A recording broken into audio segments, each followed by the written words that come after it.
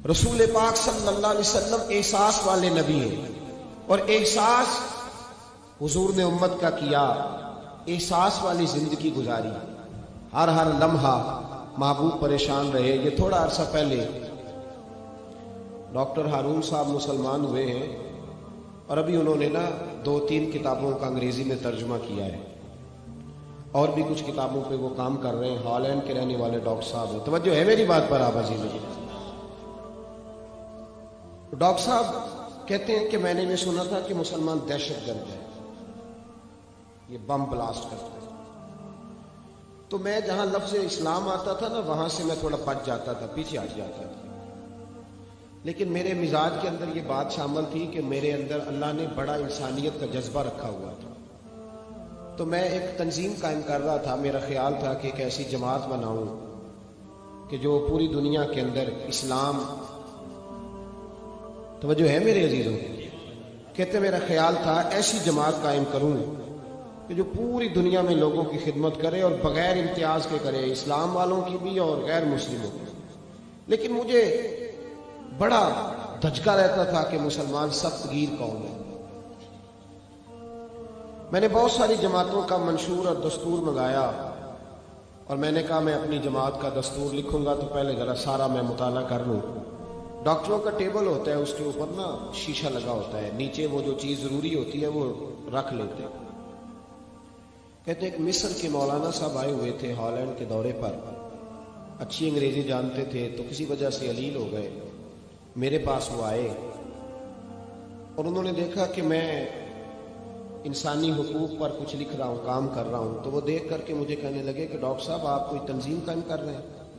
میں نے کہا ہاں۔ کہ تم نے ہلکا سا ٹچ دیا، زور نہیں دیا، اور ویسے بھی جو ہلکی بات ہوتی ہے وہ ذرا دل میں جلدی بیٹھ جاتی ہے۔ کہتے ہیں ہلکا سا ٹچ دیا، کہنے لگے اگر کبھی موقع ملے تو میرے نبی پاک کی بھی سیرت پڑھ کے دیکھا، بس ہلکی سی بات، اور وہ جملہ چھوڑ گئے۔ اعلیٰ حضرت فاضل بریلوی علیہ رحمہ نے لکھا ہے ضروری نہیں کہ تم جو کہہ رہے ہو وہ منوا کے اٹھو، لیکن میسج ضرور چھوڑ دیا کرو۔ جب انسان کے ذہن میں بات ہوتی ہے یہاں سٹاک ہوتا ہے جب بات کا، تو جب وہ کام کرنے لگتا ہے تو ایک دفعہ وہ بات سامنے ضرور آتی ہے۔ کہہ دیا تھا انہوں نے، کہہ دیا کہ ڈاکٹر صاحب ایک دفعہ حضور کی سیرت بھی پڑھ لی۔ کہتے ہیں میرے ذہن میں بات بیٹھ گئی، مصروف آدمی تھا، زیادہ تو نہیں میں مطالعہ کر سکتا تھا، لیکن میں نے ایک دن 10 منٹ گھر میں ملے تھے تو میں کمپیوٹر پہ بیٹھا، اور میں نے کہا کہ انگریزی میں جو کتابیں حضور سید عالم صلی اللہ علیہ وسلم کی سیرت کی ہیں ان کو ذرا دیکھتا ہوں۔ تو فرماتے ہیں کہ میں نے نیٹ پہ سرچ کیا، پہلی حدیث آئی اور میں کلمہ پڑھ کے مسلمان ہو گیا۔ حدیث کہاں ہے؟ سبل الہدی والرشاد میں بھی ہے، کنز العمال میں بھی ہے، مسند احمد میں بھی ہے، ابن اسحاق میں بھی ہے، ابن اشام میں بھی ہے، اور شاید سیرت کی تمام کتابوں میں آپ کو روایت مل جائے۔ نبی پاک صلی اللہ تعالی علیہ وسلم کی حدیث اور روایت کرتے ہیں حضرت سلمان فارسی رضی اللہ تعالیٰ عنہ، اور ساتھ ہیں سیدنا بلال حبشی رضی اللہ تعالیٰ عنہ۔ فرماتے ہیں ہم گھر سے نکلے، حضور نے فرمایا ذرا جلدی چلو ایک ضروری کام ہے۔ فرماتے ہیں بڑی تیزی کے ساتھ آج روٹین سے ہٹ کر محبوب نے تیز تیز قدم مبارک اٹھائے، تیز تیز، اور فرماتے ہیں ایک گلی ہم نے کراس کی، دوسری گلی میں جو پہنچے تو پھٹے پرانے کپڑے، سادی سی بی بی، اور حالت بتاتی تھی کہ بیچاری کسی غریب گھر کی ہے۔ وہ سڑک پہ کھڑی تھی اور رو رہی تھی۔ میرے کریم رسول نے فرمایا بلال اسے پوچھو کیا مسئلہ ہے، کیوں روتی ہے؟ تو حضرت سلمان عرض کرتے ہیں میں نے کہا حضور میں پوچھ لیتا ہوں، آپ جائیے، کام بڑا ضروری ہے جو نکلے، میں معلومات کرتا ہوں۔ تو محبوب نے فرمایا نہیں، اس کے آنسو پوچھنے سے ضروری کوئی کام نہیں، پہلے اس کی داد رسی ہوگی، اسے پہلے پوچھا جائے گا۔ روتے نہیں رہتے لوگ گھروں میں، لوگ گزر نہیں جاتے چپ کر کے؟ کتنے لوگ تڑپتے، کون احساس کرتا؟ نبی پاک سید عالم صلی اللہ علیہ وسلم رکے اور اس خاتون سے پوچھا کیا بات ہے؟ اس نے کہا کہ بات کوئی بھی نہیں، میرا ایک ہی موٹا سا مسئلہ ہے۔ کہا وہ کیا؟ کہنے لگی میں غریب ہوں، اور غریبی بذات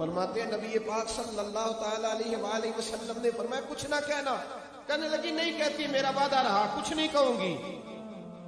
اب میرے حبیب نے پھر نظر اٹھائی اور اس غریبنی کی طرف دیکھا اور فرمایا تو اگر کہے تو میں جاؤں, تو اگر کہے تو میں خود بھیک دے, خود ہی کہے منگتے کا بھلا ہو, تو اگر کہے تو میں جاؤں.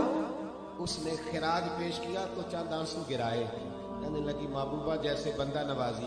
حضور نے رخ پھیرا. حضرت بلال کہتے ہیں میں پیچھے رہ گیا. میں پیچھے رہ گیا تو وہ دونوں بیویاں دوڑ کے میرے پاس آئی. کہنے لگی بتا تو صحیح ہے کون, یہ بتا تو صحیح کون تھے. تو حضرت بلال کہنے لگی تم نہیں جانتے. جناب بلال فرمانے لگے یہی تو ہیں جنہیں اللہ نے سچا رسول بنا کے بھیجا ہے. بیویاں دوڑ کے آئی. کہنے لگی محبوبہ دروازے تک آئے ہو تو خالی تو نہ لوٹاؤ, مہربانی فرماؤ ہمیں بھی کلمہ پڑھا دو. ڈاکٹر ہارون کہتے ہیں وہ بیویاں وہاں کلمہ پڑھ رہی تھی اور میں حدیث پڑھ کے کلمہ پڑھ رہا تھا.